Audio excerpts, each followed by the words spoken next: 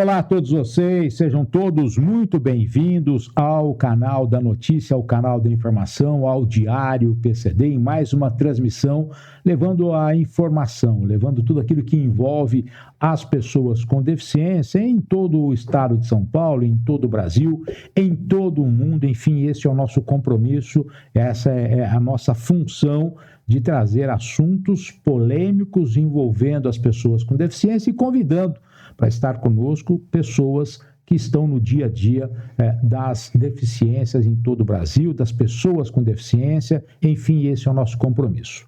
Antes de mais nada, em respeito às pessoas com baixa visão, monoculares ou com deficiência visual, eu vou fazer a minha autodescrição antes de dar boas-vindas à nossa convidada da noite de hoje. Eu sou Abrão Dib Júnior, sou jornalista, estou editor do Diário PCD, também estou presidente da ANA-PCD, Associação Nacional de Apoio às Pessoas com Deficiência. Eu sou um homem de pele clara, pele lisa, barba grisalha, óculos com hastes finas e lentes transparentes, sobrancelhas grossas e escuras, cabelos escuros, lisos, ficando grisalhos, penteados para trás. Eu visto uma camisa dobrada na altura do punho, uma camisa azul do Diário PCD, no meu peito, do lado direito, a logomarca Diário PCD Informações e Notícias, e do lado esquerdo, o símbolo universal de acessibilidade adotado pela ONU. Na noite de hoje, nós queremos repercutir momentos que nós buscamos colher nas redes sociais e trazer para esse debate, para esse diálogo, alguém que vive no dia a dia a questão de ser uma mãe atípica, uma pessoa que convive no dia a dia com outras mães atípicas. Quero dar boas-vindas a Milena Bressan. Milena, obrigado por estar conosco, é um grande prazer. A Milena vem participar do Diário PCD e eu quero te agradecer imensamente pela sua atenção e pelo seu carinho. Seja bem-vinda. Muito obrigada, boa noite. Eu vou me apresentar. Eu sou Milena Bressan, eu sou empresária, sou formada em administração, em pedagogia. Estou dona e proprietária da Disque Doces, sócia da Pace Eventos e Treinamentos. Eu sou de pele clara e lisa, cabelos pretos e lisos, na altura meio ombro. Estou vestindo... Estou maquiada, tenho a boca grande, um sorriso largo, olhos grandes, castanhos. Estou vestindo uma camisa verde. Na gola da camisa, um de cada lado, tem um coração de cor caramelo. Estou com o punho quebrado e com uma tala nele, até a altura mais ou menos do cotovelo. Obrigado, Milena. A Milena, como eu já disse, é uma mãe atípica, e a Milena tem um destaque em Ribeirão Preto, interior de São Paulo, na luta pela inclusão e pela empatia, especialmente no contexto da maternidade atípica e do autismo. Ela tem 2 filhos, a Milena é mãe do Theo e da Bianca, e é uma pessoa que faz com que as mães atípicas de Ribeirão Preto e região busquem os direitos dos seus filhos.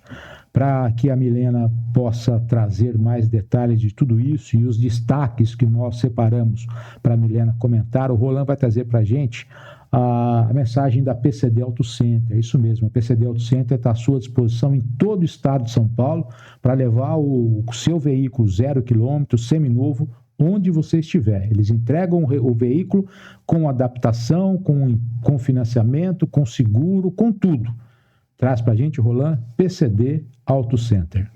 Você de qualquer parte do estado de São Paulo, está na hora de trocar o seu veículo, está na hora de vender o seu veículo, precisa fazer um financiamento para a compra de um novo veículo, precisa adaptar o novo carro, fazer o processo de isenção e também o seguro.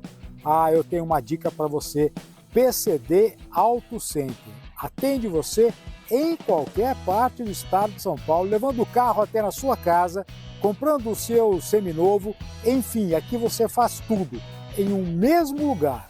É isso mesmo, desde vender o seu carro até comprar um novo veículo, processo de isenção, adaptação do carro, tudo isso na PCD Auto Center. Confira lojas físicas em Campinas e em São Paulo, mas à sua disposição em qualquer parte do nosso estado. O carro na porta da sua casa é com a PCD Auto Center. Muito obrigado a todos da PCD Auto Center. O telefone da PCD é aqui na descrição do vídeo. É só você fazer contato com eles que eles estarão prontos para te atender.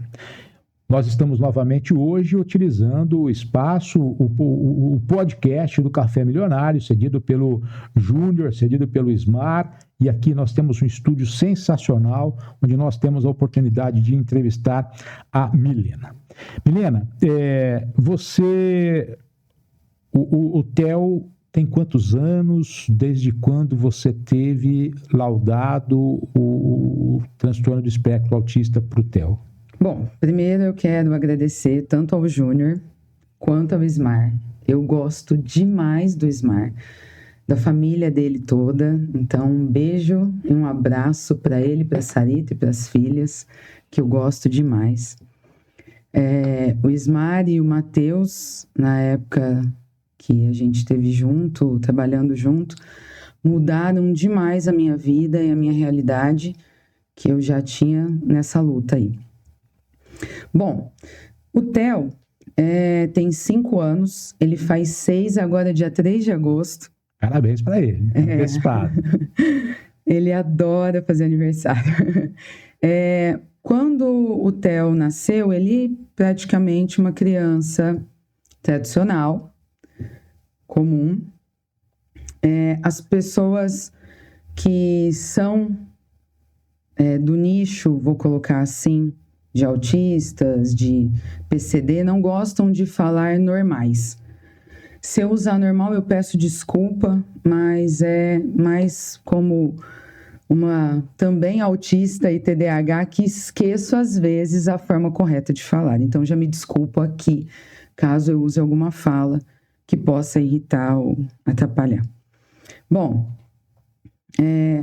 eu percebi que o Theo não chorava. Então, o Theo era uma criança que não chorava.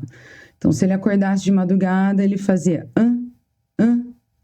barulhos, grunhidos, essas coisas. E isso colocava já ele num patamar diferente das outras crianças. Então, todas as mães falavam para mim, nossa, como ele é bonzinho. O Theo me olhava para amamentar. Porém, eu tive um tumor no seio direito. Antes, o Theo nasceu em 2019, eu tive um tumor no seio em 2017 e eu precisei retirar ele atrás das glândulas mamárias, então eu não amamentei do lado direito. Então, muito cedo, o Theo parou de mamar no peito, aproximadamente com 3 meses, porque eu precisei entrar com uma mamadeira que o meu seio só, o esquerdo não deu conta, o Theo mamava que nem um... E eu nunca fui eu nunca produzi muito leite, vamos colocar assim. Pro Theo, né? Para matar a fome do Theo. Exatamente. Então, precisa entrar com uma madeira. Um bom autista acostuma com tudo que é fácil, rápido. Ele, como um bom autista, acostumou com a mamadeira rápido. E aí, não queria mais o peito. Então, essa troca de olhar da amamentação muda quando você dá mamadeira, né? Então, uma criança que está aqui te olhando muda a posição quando ela passa a mamar de frente para a mamadeira. Então, isso não era uma coisa que me chamava muito atenção. E o Theo sempre foi muito grudado, muito carinhoso. Eu sou assim. E para quem não sabe, eu também sou autista e TDAH, laudada. Eu me laudei logo após ele. E quando o Theo começou, o Theo sentou muito rápido, com 4 meses ele já ficava sentado com encosto, com travesseiro, essas coisas. Com 6 meses ele já sentava sozinho. Com 6 meses ele já engatinhou. Com 8 meses ele já andava com apoio. Muito precoce. E isso é um traço do autismo. E com 1 ano ele corria. Então, assim, era aquela coisa pra gente segurar ele. Com 1 ano e 2, O Theo perdeu os ganhos que ele teve de oi, ele fazia oi e fazia tchauzinho com a mão. E fazia só tchau, não falava nada. E falava mã, pá, só. E mandava beijo. 1 ano e 2 meses ele perdeu tudo isso, que também é muito comum no autismo. Ele não perdeu os ganhos motores, mas ele perdeu isso de fazer tchau e tal. E com 1 ano e 2, o Theo também teve... Com 10 meses, o Theo teve uma estomatite. E depois disso, ele teve várias estomatites. E a gente não fazia ideia do porquê da quantidade de estomatite que ele tinha. E ele veio diminuindo a quantidade de alimentação. Com 1 ano e 2 meses, o Theo parou de comer. Então, a partir de 1 ano e 2, assim, o Theo só mamava mamadeira. E raras as ocasiões que eu conseguia que ele comesse uma banana, e ali dali 15 dias um macarrão, dali mais 30 dias uma banana. Muito seletivo. Muito. Então o Theo ficou à base de mamadeira por 2 anos. Que era o meu dobrar de joelho e a minha oração diária para ver se eu conseguia que acontecesse algum milagre, porque eu fiz curso online, eu levei um nutricionista, eu fiz tudo que estava ao meu alcance. Então, essa foi um outro traço muito grave. Até então, não imaginava que ele teria um Eu não tive transtorno. contato com o autismo, né? Apesar de eu ser formada em pedagogia, eu fiquei muito pouco tempo na pedagogia. Porque eu achei que fazer pedagogia era para quem gostava de criança. E quando eu entrei na sala de aula, eu vi que não era para mim ensinar as crianças. Eu trabalhei muito a paciência com os meus filhos. Talvez hoje eu tenha mais paciência para ensinar, mas naquela época da minha formação, não. Eu tenho hiperfoco em estudar, então estudar para mim sempre foi muito fácil. Aí, eu não tive essa facilidade com autismo, com TDAH, eu não tive essa proximidade. Então, eu procurei uma fono para ir em casa, porque o Theo não falava, parou de falar. Ele tinha 1 ano e 4. Aí ela, vamos colocar o Theo na escola? Fez até 1 ano e 5 fono com ele, vamos colocar o Theo na escola? Porque ela não tinha nenhum ganho com ele. O Theo não olhava pra gente, o Theo não cumpria ordens básicas, comandos básicos mesmo. Mas, ao mesmo tempo, ele tinha coisas que eu achava lindo, que era de organização. Ele empilhava, ele enfileirava, ele organizava todas as coisas. Entendeu? É autismo. E eu sou. Então, eu achava lindo, porque eu fazia. Eu falei, nossa, puxou pra mim, que gracinha, organizado. Caiu, pegava, sujou, limpava. Isso já muito, muito de pequeno. Mas eu não sabia os traços do autismo, eu também não tinha noção. Eu levei ele para a escola. A escola, como era muito cedo ainda, não falou nada. Não teve o start também. Não teve o start. Que, assim, eu sei que muitas mães esperam que isso seja uma responsabilidade da escola, mas eu acho que é nossa. Essa responsabilidade de ver se o seu filho está cumprindo e está... Apesar de muitas mães como eu trabalharem o dia inteiro e a gente precisar do auxílio da escola, mas eu ainda acho que isso é uma responsabilidade muito séria para passar para a escola. E eu sempre jogo para mim essa responsabilidade. Para mim e para meu marido. Sou casada, né?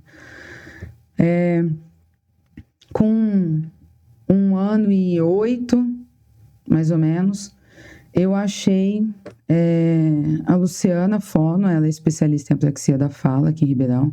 Ela é bem conhecida aqui em Ribeirão.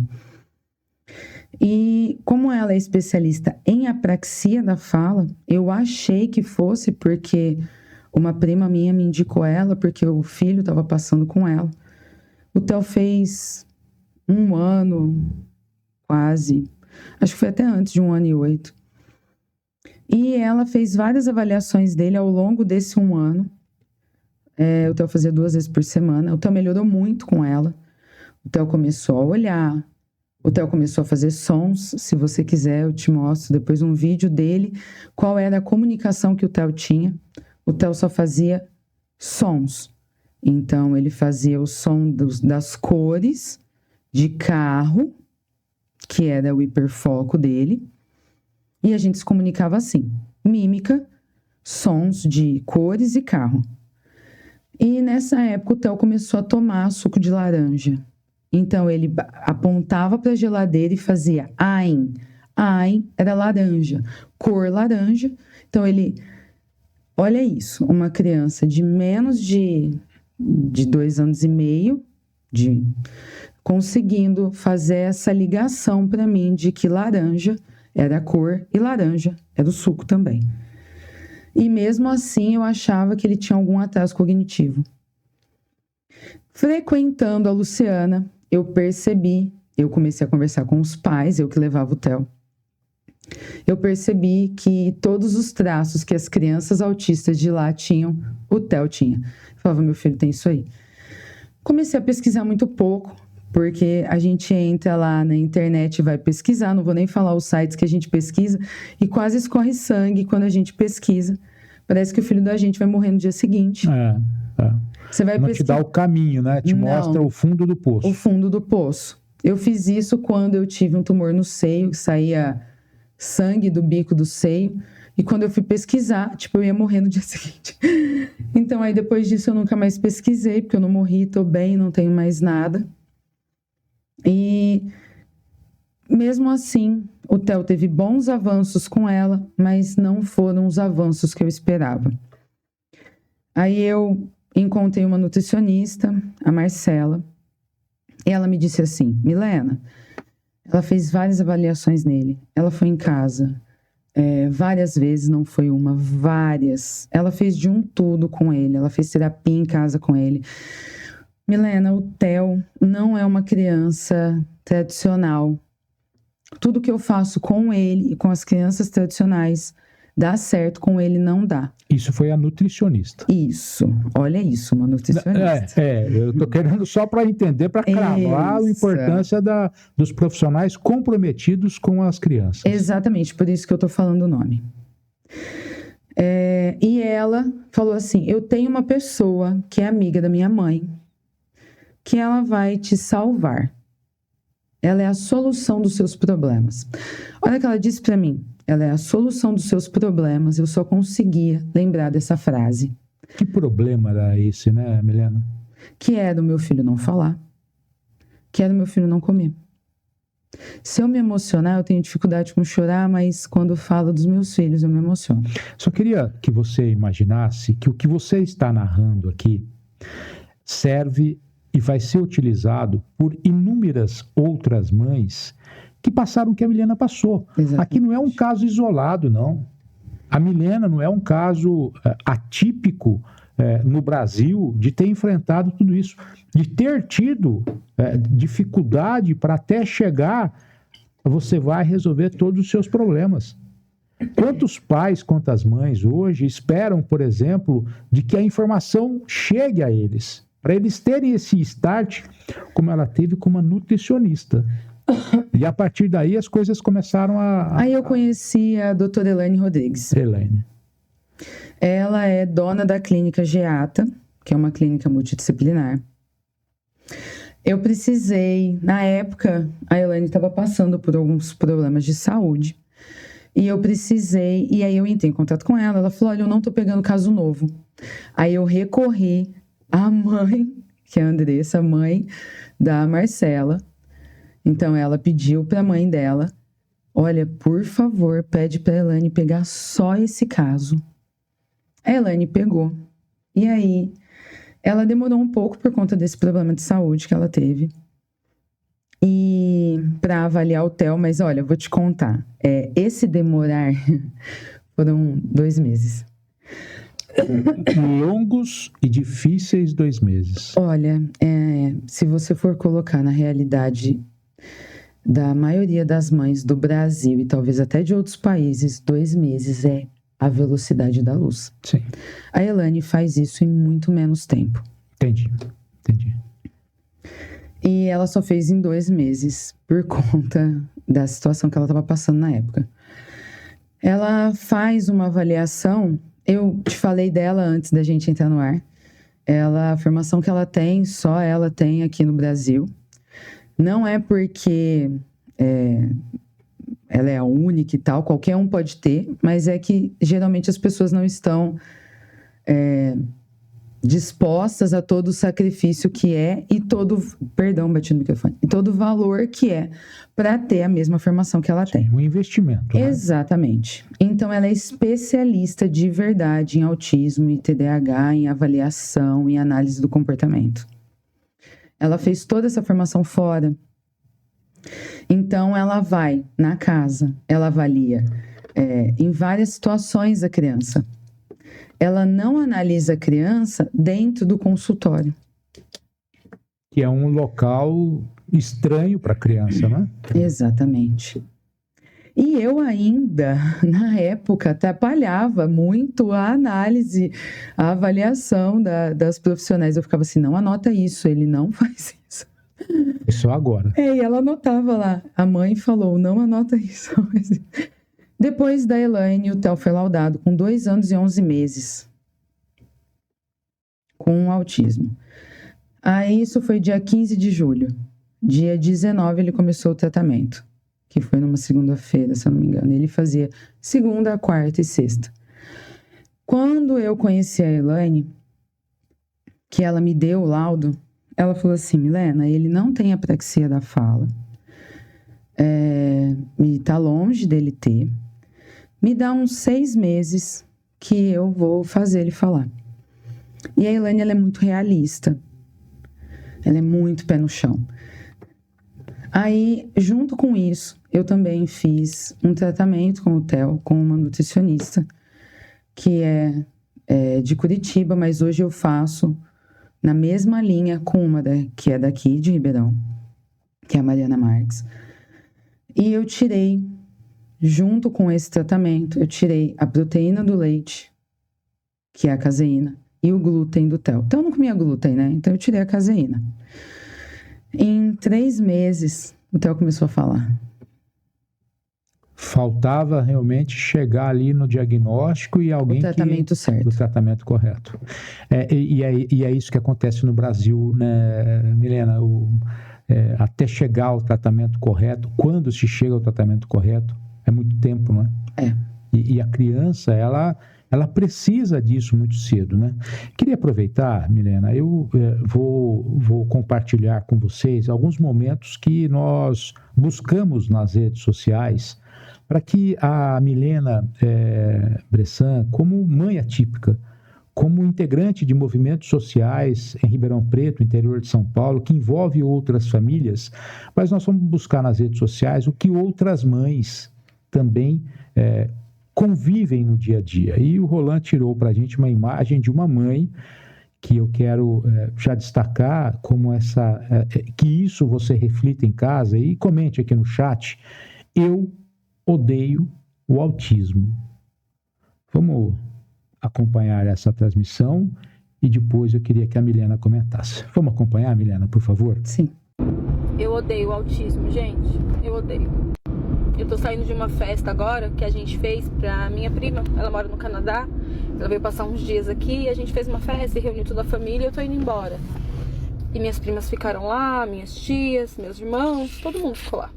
E eu saí, sem chorar, claro, porque eu não fico sangrando, né, por aí.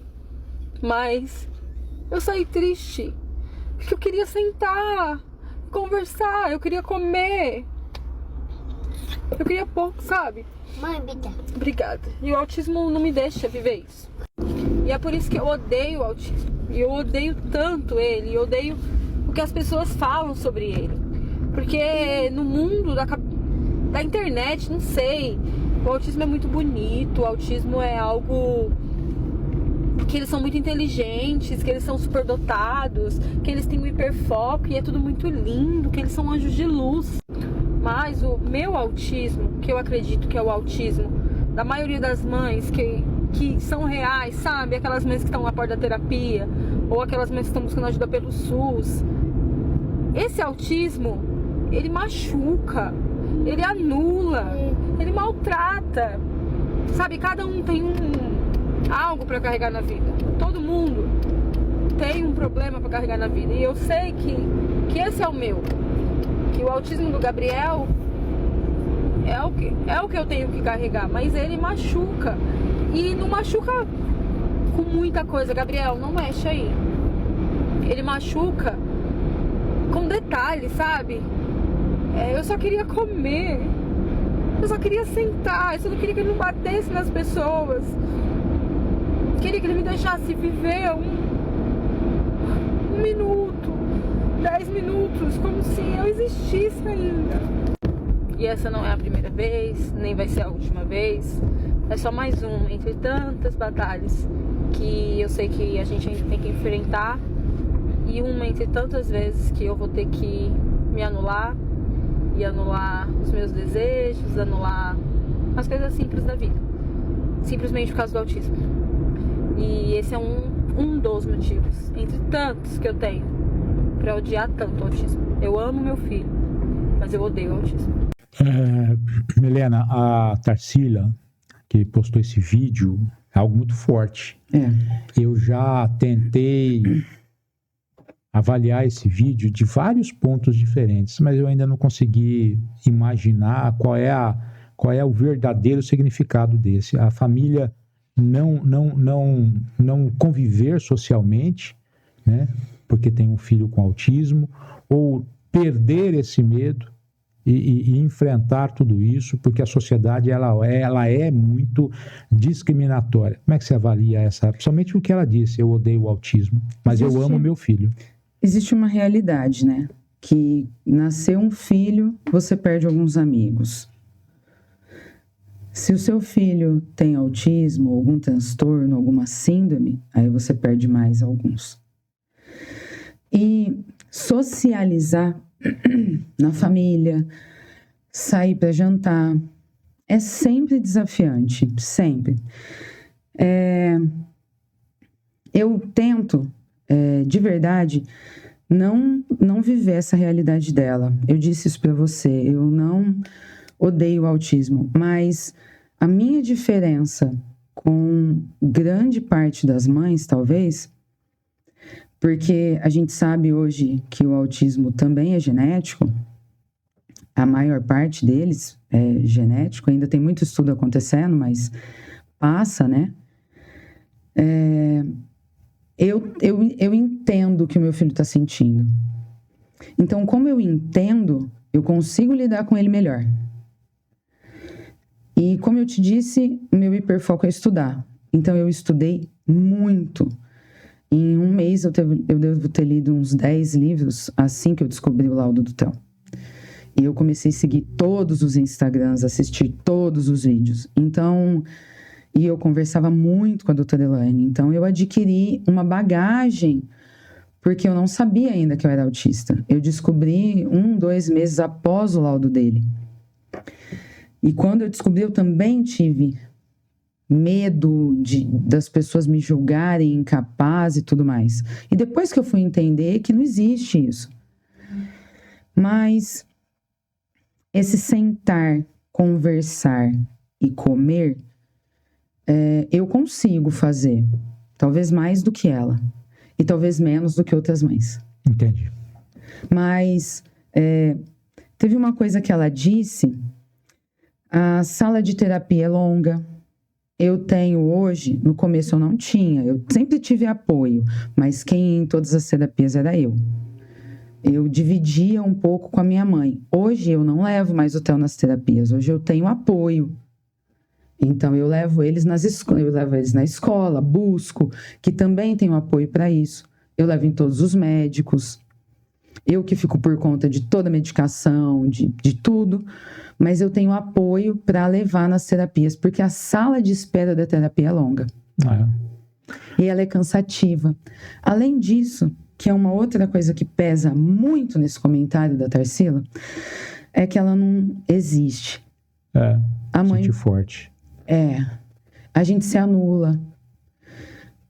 E, infelizmente, talvez muitas mães que não são mães atípicas se anulam também. Sim. Muitas. Deixa de viver em função Do filho. do filho. Ou porque é mãe solo, tem que trabalhar muito, ou porque realmente se anula para dar conta de toda a demanda, tem mais de 1, 2, 3 filhos.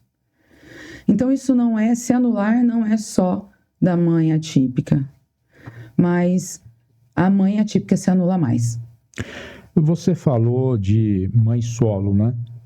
Eu costumo dizer de que eu já conheci homens covardes, mas igual os pais de crianças com deficiência não tem. Não. Qual é a diferença, se dá para medir isso, a diferença de você ter um pai ao lado e um pai ausente no caso das crianças com autismo? Total. Eu acho que não dá nem para eu descrever isso aqui. Eu tenho um marido presente. Amor, te amo. Como é o nome do amor? Antônio Carlos Javarani Júnior, a gente chama ele de Júnior. Ele é excelente, ele é presente, ele faz tarefa com as crianças, ele lê com as crianças. Eu tô com o braço, eu não consigo trocar fralda, não consigo fazer várias coisas. Ele faz, ele dá banho, ele é muito presente. Então, eu tenho apoio, não só porque eu tenho ele, eu tenho apoio de outras pessoas, mas eu consigo sair, sentar e conversar porque a gente divide. Eu consigo existir porque, além de dividir com ele, eu divido com a minha mãe, eu divido com outras pessoas. A importância da família, a estrutura necessária. Exatamente. E você imagina assim, um menino, principalmente, precisa da presença do pai. Como que ele vai saber como que é ser homem se ele não tem a presença do pai? Difícil, né? Como que uma menina vai saber como ela deve ser tratada por um homem se ela não tem um pai para tratar ela ali, para mostrar para ela, filha, ó, isso daqui é o mínimo. Você não pode aceitar menos do que isso, que é como eu te trato. Minha filha fez aniversário e a gente levou flores para ela na escola, porque ele queria muito fazer isso, que ela tivesse essa experiência de ganhar flores. Ele leva flor para mim, ele leva flor para ela. As mulheres da vida dele. Exatamente. Isso aí. Então, como que Você me desculpa, mas esses pais não são seres humanos. Eu costumo dizer que eles são vermes. Você me perdoa, mas eu costumo dizer que eles são vermes, porque abandonar a mãe, mas principalmente abandonar o filho... E eu não tenho medo de repetir isso, não. Covardes... iguais os pais de crianças com deficiência, não tem no país, não tem no mundo. Mas quando nós temos aqueles que assumem a criança com deficiência, ele assume de verdade. Ele divide a criança, ele divide o dia a dia da criança, e está aí o exemplo da Milena com o Theo, com o Júnior, que estão no dia a dia dessa convivência com o Theo. Eu tenho um outro destaque aqui, Milena, que é assim: as mães, elas precisam se reinventar, né? O dia que a criança não quer comer a banana, né? Aí você tem que encontrar a maçã, tem que encontrar a pera, tem que encontrar uma outra fruta para oferecer para a criança. Eu fico pensando a mãe de uma criança com autismo, porque essa criança com autismo, ela cobra um pouco mais das mães. E como é que as mães conseguem encontrar, conseguem inventar algo a cada dia? Tem a Jennifer Lima, que o Roland separou para a gente, como essa mãe precisou se reinventar para poder entender a demanda da filha. Traz para a gente, Roland, a Jennifer Lima. Autista nível 3. Mais uma semana começando. Mais uma semana se inicia. E, sinceramente, parece que eu tô vivendo um filme repetido. Todos os dias, a mesma luta. a mesma ansiedade, o mesmo desgaste emocional. Eu já não sei mais o que fazer para ajudar minha filha a se acalmar. Cada dia é um novo desafio. Agora ela criou uma nova rotina na cabecinha dela. Só quer se arrumar e descer para pegar a van com o papai dela. Fica chamando por ele sem parar, mesmo sabendo que ele não está em casa, que ele está trabalhando e que não pode descer com ela. Ela não aceita que é eu que tenho que descer com ela. Para ela isso não é o suficiente. Ela entra em um estado de agitação, de nervoso, se desespera. Eu tento conversar, tento explicar, mas parece que nada funciona.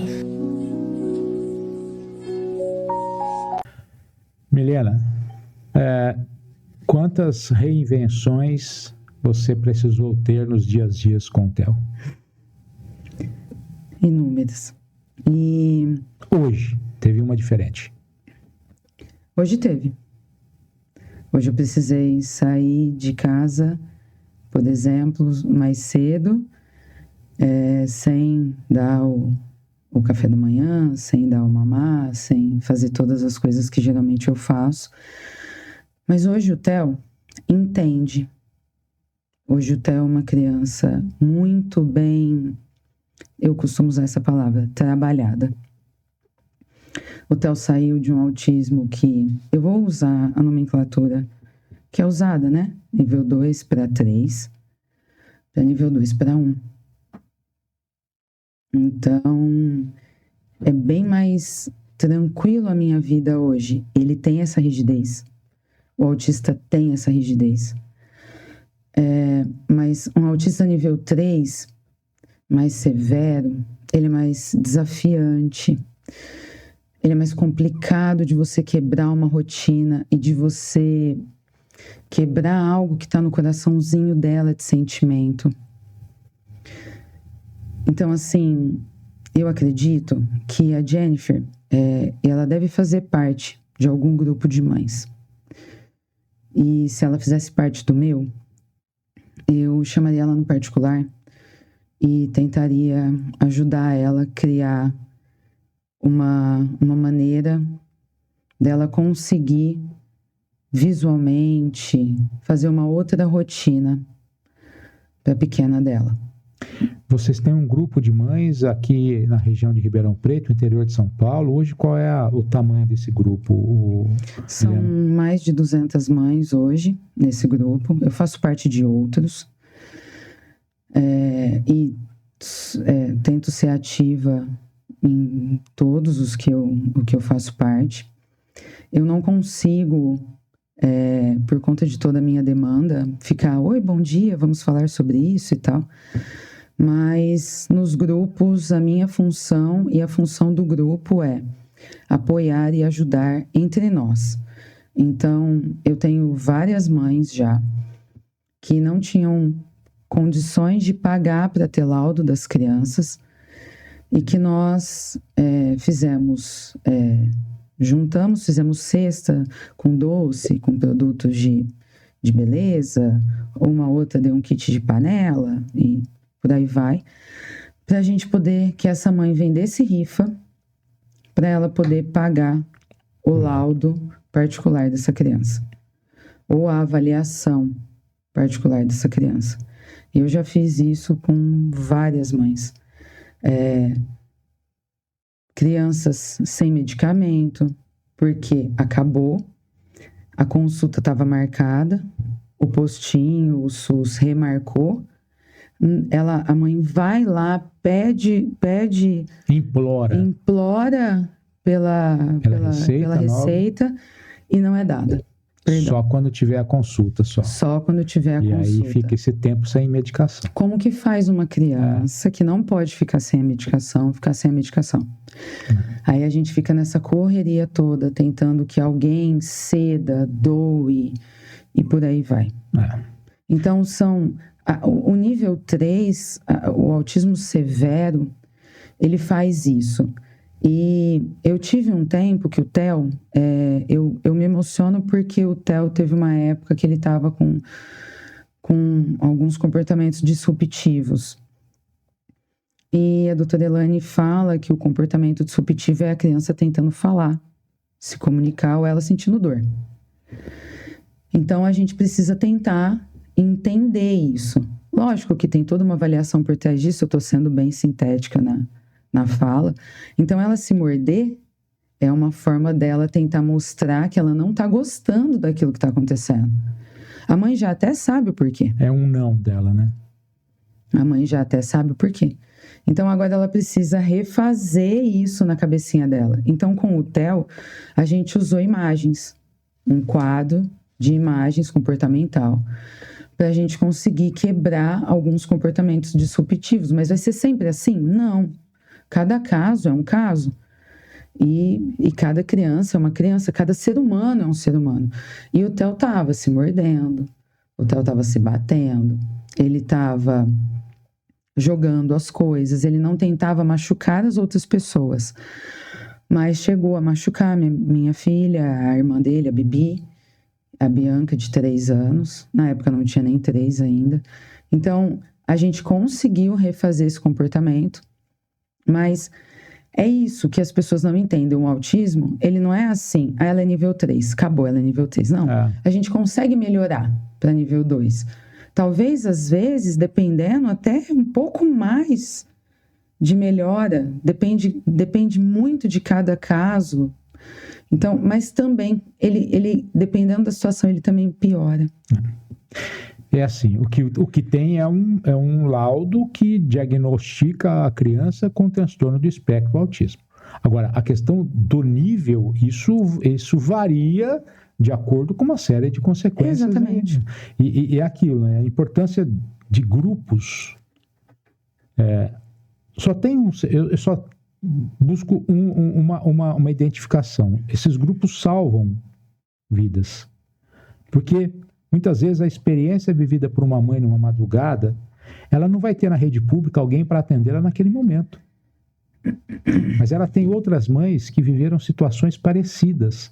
Ah, Abrão, mas a receita, então deixa a receita pronta aqui, de que, se o seu filho na madrugada tiver... Não existe. Isso não tem, mas tem o convívio, que eu imagino que os grupos têm essa função, essa missão, e esse compromisso com as famílias atípicas, e a Milena faz parte de um dos grupos do interior de São Paulo, que é Ribeirão Preto. Nós separamos também, Milena, a Gabriela Hessel. A Gabriela, ela é influencer, não é? E ela divulgou uma carta, né? A carta da Gabriela, também diagnosticada com o autismo. Traz para a gente, Rolando, a Gabriela Hessel, para depois a Milena poder comentar, por favor. Eu sou autista, eu sou TDAH e borderline. Até o ano passado eu tinha descoberto só o autismo. E eu achava que era nível 1 de suporte, porque foi o que foi falado para mim. Mas na última avaliação neuropsicológica que eu fiz, eu descobri que essas duas comorbidades, o TDAH e o borderline, agravam as questões do meu autismo. Então, por isso, eu passei a ser nível 2 de suporte. Eu tenho um canal a respeito de autismo adulto, mas esse vídeo eu não estou gravando para ele, porque eu não quero falar para você que me segue, sendo a pessoa que faz conteúdos para um canal de autismo. Eu quero falar para você que me conhece, para você que já conviveu comigo por um bom tempo e para você que está começando a conviver comigo agora. Porque tem algumas coisinhas que eu preciso explicar para você e levar você a refletir. Quando se trata de autismo, as pessoas esperam ver a aparência estereotipada de um autista. E quando essas pessoas encontram esse comportamento estereotipado, a aparência estereotipada, elas não questionam nada em relação a essa pessoa. Elas aceitam tudo porque entendem que tudo ali faz parte do autismo. Agora, e para pessoas como eu, que simplesmente não parecem autistas? O que as pessoas geralmente fazem? Porque, veja bem, eu falo bem, eu não tenho deficiência intelectual, eu tenho dons artísticos que fazem com que eu seja desinibida, com que eu vá e faça as coisas sem nenhum problema na frente de uma câmera ou em cima de um palco. Como que dá para acreditar, inclusive, que eu sou autista? Mas isso acontece porque as pessoas realmente não sabem nada sobre autismo. E aí vem frases que me irritam profundamente, principalmente quando a pessoa vem e fala, mas é autismo leve, né?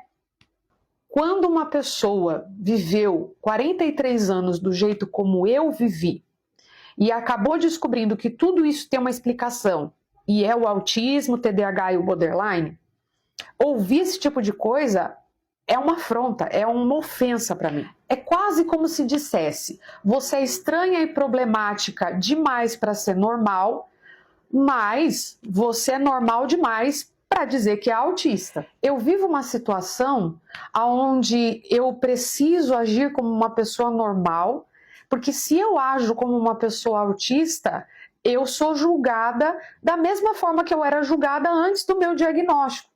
Ou seja, as pessoas não conseguem assimilar que os meus comportamentos, todos eles, toda a forma de eu vivenciar o mundo, de eu sentir as coisas, de eu raciocinar, tem a ver com o autismo. Então, como é que fica? Às vezes eu me sinto como se eu tivesse tido todas as respostas, mas elas fossem praticamente inúteis diante da realidade que eu vivo, que basicamente não muda nada.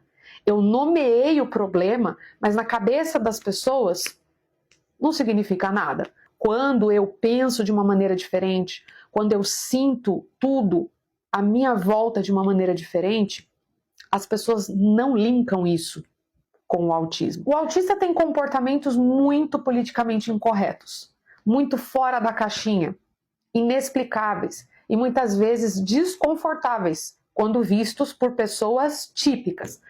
Se as pessoas sabem que a gente é neurodivergente, que a gente tem um transtorno, por que é que elas se irritam tanto e por que elas julgam tanto quando a gente não age como deveria, na opinião delas? Mas você deve estar se perguntando, Gabriela, se você descobriu que você é autista e descobriu tudo o que acontece com você, então você deve ser capaz de controlar tudo isso e mudar todas essas coisas na sua vida para que seja mais fácil, então, conviver em sociedade. Para que você entenda a situação aqui, eu vou tentar desenhar para você, tá? Digamos que eu seja uma cadeirante. Então, eu sou paralítica da cintura para baixo. Não sinto as minhas pernas, não posso andar, mas eu sei o que significa andar. Eu sei qual que é o processo básico de se fazer isso. Você levanta, você se equilibra, põe um pé na frente do outro e sai andando. E se você tiver um pouco mais de destreza, você pode até correr. Mas significa que eu vou conseguir fazer? Se alguém fala assim, você entende então como é que funciona andar, por que você não levanta, se esforça e anda?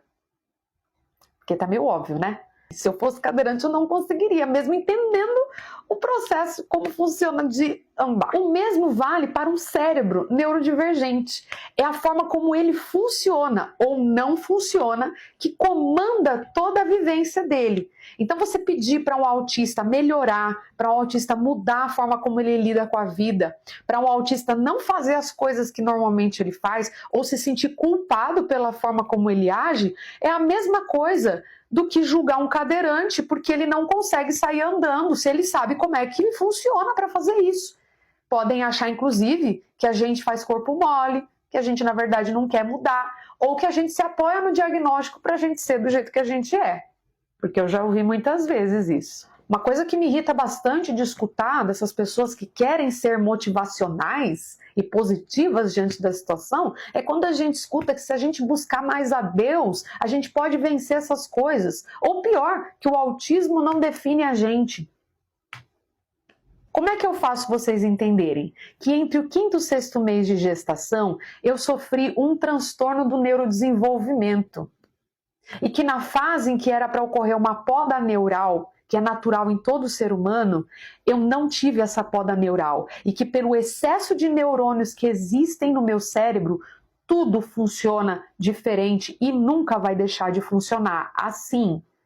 Então, gente, eu fui formada desta forma e toda a minha vida foi construída a partir de um transtorno do neurodesenvolvimento.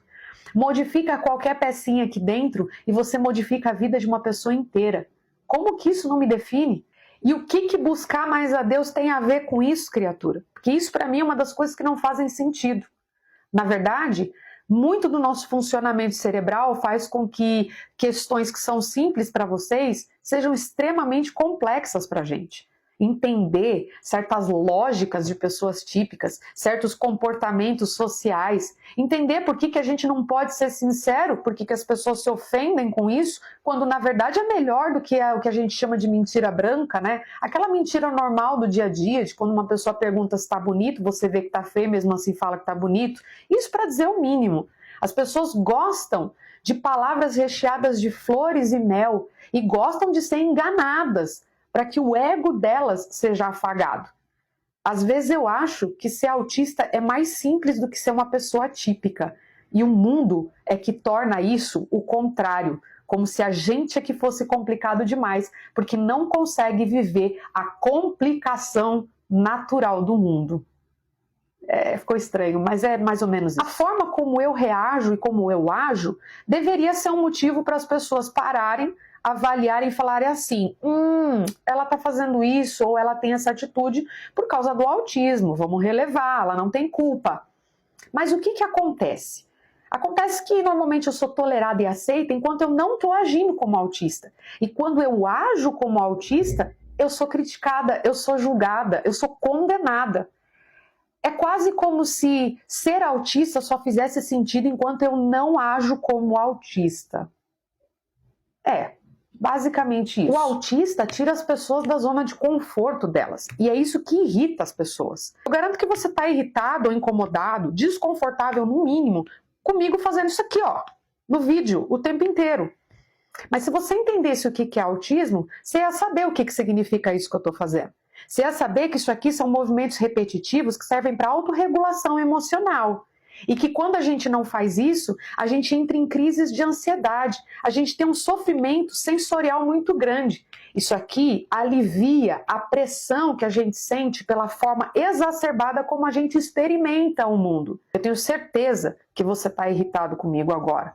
Mas aí é que tá. Se você está se irritando com isso, imagina com todo o resto. O que vocês precisam entender é muito simples. Que todas as nossas atitudes que incomodam vocês têm uma explicação racional, clínica, psíquica, do porquê que a gente age daquele jeito. Então, o que eu preciso e praticamente todos os autistas precisam? Sejam crianças, adultos, nível 1, 2 ou 3 de suporte, que as nossas atitudes sejam compreendidas e seja compreendido de onde vem.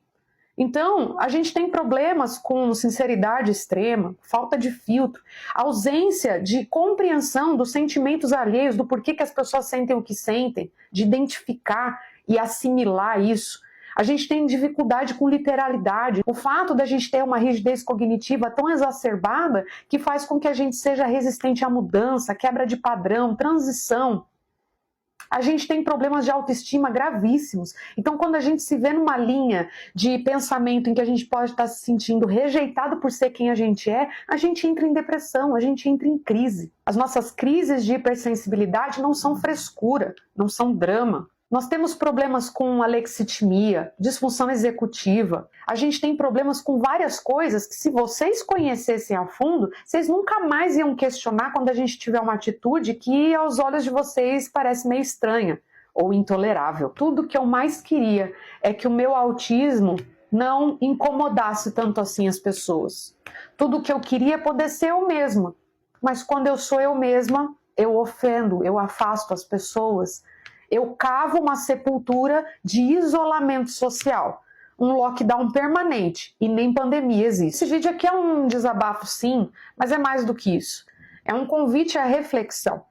Seja você a pessoa que já conviveu comigo, seja a pessoa que está convivendo comigo, ou você que não me conhece, mas está vendo esse vídeo. Muitos autistas adultos por aí se sentem como eu me sinto. Autistas, principalmente, que não têm a famosa cara de autista. São pessoas que não guardam em si o estereótipo que o mundo espera ver para que haja o respeito em relação à pessoa ser autista. Mas a gente sofre tanto quanto qualquer autista sofre. A gente já foi criança autista e agora a gente é adulto autista. Eu sofri a minha vida inteira com muitas questões que eu esperava que agora que eu tenho respostas pudessem ser melhor encaradas, melhor compreendidas, que eu pudesse ser mais aceita. Mas eu acho que o mundo precisa percorrer um caminho um pouco mais longo para chegar nesse ponto. Pensa aí. Pensa em tudo que eu falei. Eu nem sei como acabar esse vídeo, mas é isso. Eu precisava dizer tudo isso. Milena, eu sempre acompanho a Gabriela e eu admiro muito o que ela faz nas redes sociais. Admiro ela admitir, né, a questão da deficiência, a questão das deficiências, mas nesse vídeo eu tentei tirar o que te perguntar sobre isso. Mas para mim, além de muitas coisas fortes que a Gabriela disse, que retrata realmente o dia a dia do autismo, o que me dá a entender é que ela disse sim, as pessoas não sabem nada sobre o autismo. E aí eu só queria editar. O Brasil sabe tudo que é necessário sobre o autismo? Qual é a sua opinião? O Brasil não sabe nada do que é necessário sobre o autismo. Então, a gente ouve a maior parte da população falando de autista criança. O adulto não existe. O adolescente. Como é que é? Virou mimimi agora? Exatamente. É isso que você fala, né? Exatamente. Tem uma coisa que ela disse que eu acho extremamente... você é estranha demais para ser normal e é normal demais para ser autista. É isso o tempo inteiro que eu ouço, que o meu filho... que eu ouço dizerem do meu filho. Então, e de você também. Que eu ouço a meu respeito. Eu converso bastante com a Andrea Werner, né, deputada estadual, do Instituto Lagarta Virapupa. Ela também tem um TEL, né? E ela o tempo todo, e a Andrea é jornalista, né? A Andrea trabalhou com a notícia sempre, construiu tudo que ela construiu no Instituto para apoiar as mães atípicas, mas ela nunca tinha se preocupado com ela. E agora há 2 anos que ela conseguiu fechar o laudo de que ela é uma pessoa com autismo também. E ela diz, né, olha, como eu queria ter tido a oportunidade de ter isso lá atrás. Lá atrás, eu também. Porque eu enfrentei tantas coisas na minha vida sem saber o que eu estava enfrentando. Se eu soubesse do meu diagnóstico, seria muito diferente. Isso é para a pessoa adulta, né? Ela falou sobre a gente ter comportamentos inadequados, né? Então, uma adolescente autista, estou colocando como mulher porque a gente não sabe se relacionar quando é adolescente, namorar, paquerar, não sabe fazer isso. Então, o autista sofre demais com isso. A gente não sabe perceber. Eu, por exemplo, tenho isso, né? Eu não sei perceber quando as pessoas estão mentindo para mim. Às vezes eu tenho dificuldade com sarcasmo, piada, então nem se fala. E como tem, né? Exatamente. Então, são várias situações. O sincericídio, que eu falo que é a sinceridade junto com o suicídio, né? Porque a gente... hoje eu consigo segurar. Então, vou dar um exemplo bem bobo assim, né? Você fez a sobrancelha, você não fez, tá, gente? Ele não fez a sobrancelha. Fez a sobrancelha, chegou pra mim e falou assim, ficou bom? Ou então uma colega, amiga, pôs aqueles cílios de vassoura piaçava, que eu não gosto, que me incomoda, mas que ela gosta. Chegou pra mim, você gostou? O sincericídio vai falar o quê? Como você aguenta isso no olho? Horrível, essa vassoura piaçava. A gente respira aí. Hoje eu faço isso. Eu tô dentro da minha cabeça falando, nossa, tá horrível esse negócio no seu olho. Mas eu tô assim, ficou legal. Eu não menti pra ela. Você gostou? Não, não gostei. Não menti. Eu só falei, ficou legal. Você gostou? Ela fala, nossa, eu gostei. Eu falei, que legal. Você devolve a pergunta pra ela. Eu sempre faço isso, mas a Gabriela trouxe uma realidade que o autista adulto não é enxergado. O autista adulto, ele não pode ter crise, ele não pode... E a gente tem. Claro. É leve, né? É leve. Não existe isso. É ou não é. E é assim, às vezes as pessoas falam, bom, mas você sabe que você está tendo crise, sai dela. Sim, pega a chave da porta, né? É a mesma coisa que você falar para uma pessoa que está com depressão. Mas então você sabe que está com depressão. Sai dela. Não tem como. Não tem receita Ou pronta. então do cadeirante. Levanta. Levanta e anda, filho. Você sabe que você está com problema na cadeira. Milena, em algum momento na sua vida, desde que você teve o diagnóstico constatado, você pensou em não admitir o diagnóstico em algum momento da sua vida? Você nem sabe dessa história. Você foi, assim, tramontina. Na vida. Olha aí, pessoal. E agora? O que eu faço agora, hein? Eu fiquei 1 ano para admitir para as pessoas que eu tinha. Levei 1 ano. Aí uma pessoa, que hoje eu não lembro quem é, mas eu sei que foi a frase dela. Ela chegou para mim numa conversa, que ela sabia que eu tinha, era alguém que não ia espalhar para ninguém, sabe, uma pessoa X? E falou assim para mim: mas por que então que você não conta para as pessoas que você tem? Porque vai ajudar tanto o seu filho, né? Você não tem vergonha dele, por que você tem vergonha de você? Pintou 1 minuto. Aí eu fiz um vídeo de, sei lá, 2, 3 minutos, que teve que ser acelerado, editado e cortado, porque tinha, sei lá, uns 10 minutos o vídeo. Contando que eu era autista, como que eu descobri, falando dos meus traços, falando várias coisas. Recebi muita mensagem, mas foi de muita gente que se identificou com o meu vídeo, mas foi muito difícil, porque o meu medo era: as pessoas vão me julgar. E a partir de agora, eles vão me achar menos capaz do que me achavam antes. Vão começar a falar que agora, tipo, não chama ela não faz tal coisa para ela é autista, a gente nem sabe. Eu tinha muito esse receio. E hoje, depois que eu me assumi, foi 1 ano depois, né? Então já tem algum tempo isso. Eu aprendi algo. E foi nos meus estudos, nas minhas leituras e nos meus pensamentos. Eu não sei se vocês sabem, mas um autista com TDAH pensa muito. A cabeça não para. Eu não tenho um descanso, sabe? De tipo, eu vou deitar na cama agora e vou relaxar. Não existe isso. Eu vou pegar um livro e vou ler. Eu preciso, para eu conseguir ler, para eu conseguir estudar, eu tenho que estar de fone de ouvido, para minha cabeça não ficar gerando um pensamento atrás do outro e eu conseguir prestar atenção na leitura.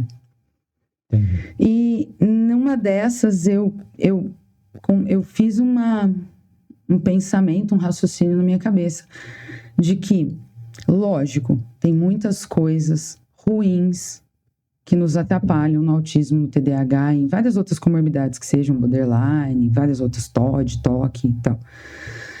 Mas nós também temos superpoderes.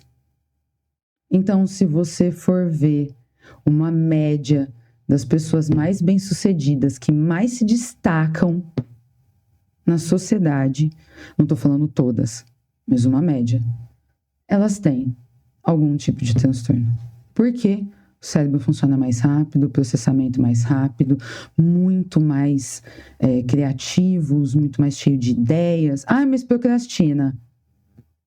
Mas se você juntar ele com alguém, ou alguém que aprendeu a não procrastinar, por exemplo, eu tenho dificuldade com procrastinação, mas como eu também sou autista, eu me cobro demais para não procrastinar.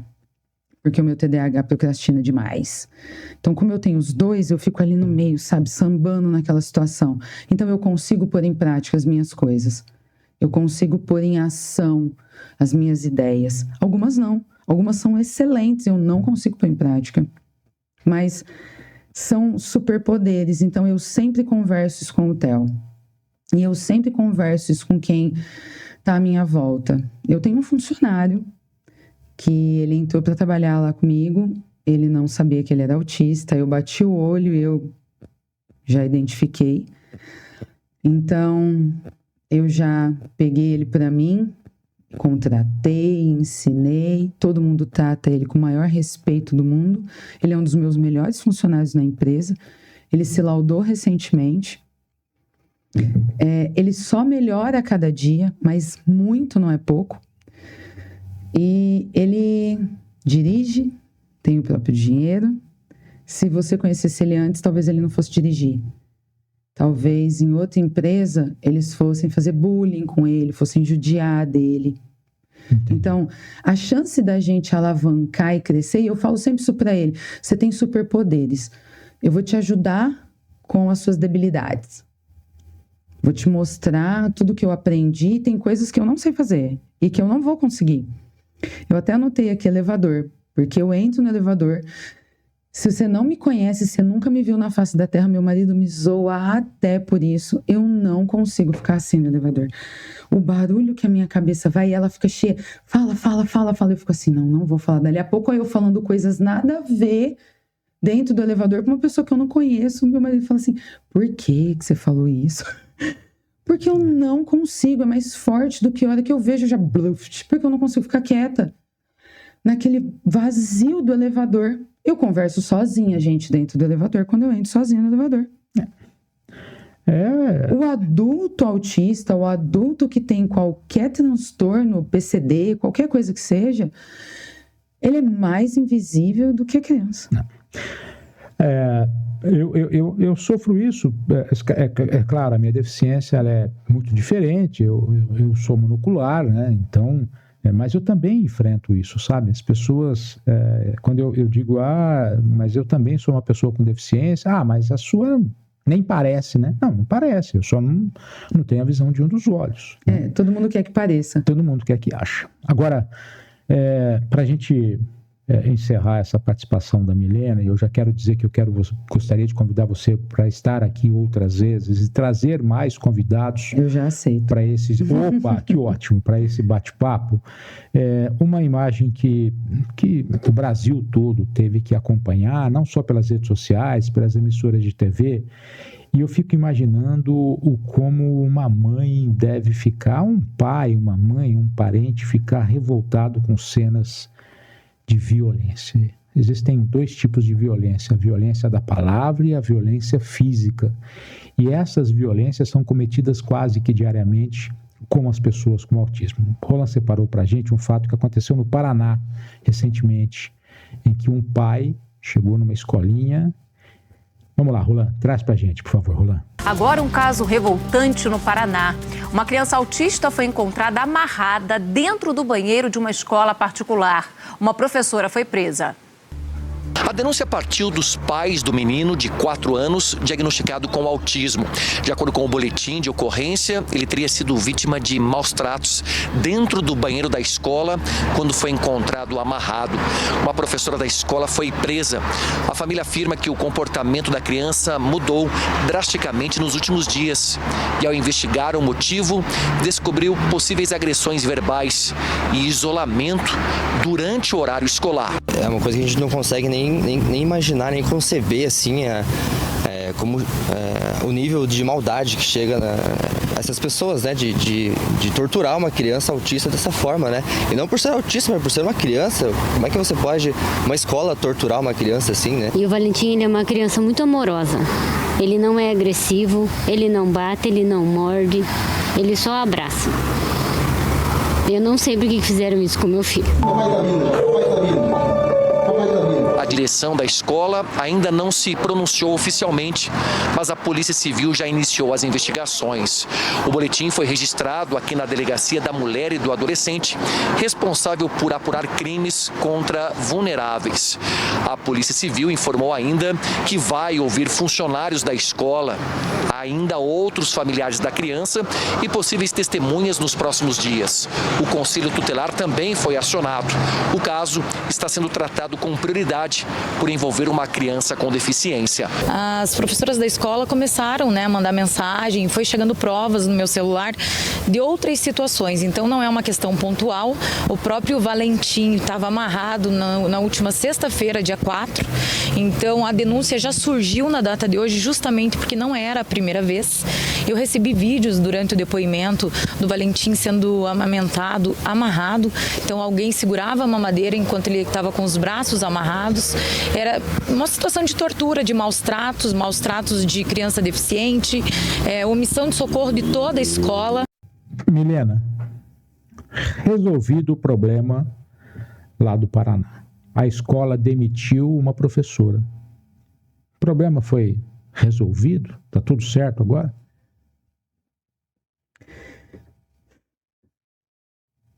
Você desculpa. Meu filho, como eu disse no começo, tem 5, vai fazer 6. Eu tenho a Bianca, que está sendo avaliada também, e ela provavelmente também é uma autista e TDAH. Além disso, ela tem epilepsia. E quando eu assisti esse vídeo, eu assisti antes de participar aqui, eu já chorei. E eu sempre fico muito emocionada quando eu vejo essas coisas, porque não tem como você pensar que o seu filho pode passar por isso. Para quem é pai típico, pode passar por toda a dificuldade do mundo, mas você nunca vai passar pela dificuldade de não achar uma escola para o seu filho que aceite, que acolha, que inclua de verdade, que não faça bullying. Esse é um tema demasiadamente difícil. Eu não sou de chorar. Eu até nem achei que isso fosse acontecer. Eu pedi um papel e não usei. Mas é muito difícil isso. O Theo estuda numa escola que, com a glória de Deus, ele tem a melhor professora do mundo, que é a tia Marcela. A tia Marcela, primeiro dia que eu pus o pé lá, que ela era professora dele, ele já estava na escola. Primeiro dia do Theo com ela me chamou lá fora e falou assim pra mim: eu queria te perguntar se eu posso, o Theo não falava, tá? Se eu posso fazer uma adaptação pra ele, material de adaptação. Ele estava começando ainda a falar. Eu chorei tanto aquele dia. Eu me senti tão acolhida. Eu falei, nossa, Não estou sozinha. E o Theo deslanchou com ela. E agora nós estamos até com um problema, porque ela está há 3 anos seguidos com ele. E ele briga comigo por causa dela. Outro dia eu brinquei com ele, ele falou assim, eu tava brava com ele, ele falou assim, eu vou contar pra minha tia Marcela. Eu falei, eu vou bater em você e nela. Brincando, eu nunca bati no Theo, tá, gente? Ele falou assim pra mim, se você ficar bravo com ela ou fazer qualquer coisa, eu vou morar com ela. Olha, ou seja, conquistou o Theo. Ela é a pessoa dele. O Theo tem as pessoas de segurança dele. E quando ele tá longe de mim na escola, ela é a pessoa de segurança dele. Eles adotam, né? E é muito difícil isso. E a escola... Então, assim, se eu for trocar o Theo de escola, eu não preciso só ver se a escola é boa. Eu preciso ver se eles vão aceitar ele. Porque se eu chegar lá e falar, eu preciso de uma vaga. Ok. Tem vaga. Várias. 8, um exemplo. No final da conversa, que eu falar que ele é autista, as 8 acabaram. Não tem mais. Mesmo vai ficar na lista de espera agora. Mesmo ele sendo uma criança funcional, o Theo é totalmente funcional. Totalmente, o Theo não precisa de... A tia Marcela achou que fosse precisar de material adaptado, ela não precisou fazer. Nenhum. Hoje a adaptação que ela faz pro Theo é a mais. Porque ele acaba muito rápido, porque ele aprende muito rápido, porque ele faz tudo muito rápido. E aí, para ele não levantar ou atrapalhar, ela dá a mais para ele sentar e ficar quieto na cadeira. Então, infelizmente, a gente vive uma sociedade que não está pronta em nada para receber nem criança, nem adolescente, nem adulto, de qualquer situação que seja PCD. Pessoal, nós estamos entrevistando a Milena Bressan, mãe atípica, mãe do Theo, mãe da Bianca, ativista, na região de Ribeirão Preto, em grupos de mães atípicas, de famílias atípicas. Quando a gente fala em trazer notícia para o Diário PCD, pelo Diário PCD, nós também falamos em compartilhar aquilo que você muitas das vezes quer e está esperando ouvir ou assistir. Você que tem alguma deficiência visual, teve a nossa autodescrição. Você que tem uma deficiência auditiva sabe que aqui abaixo estão as legendas para você compreender toda a nossa transmissão.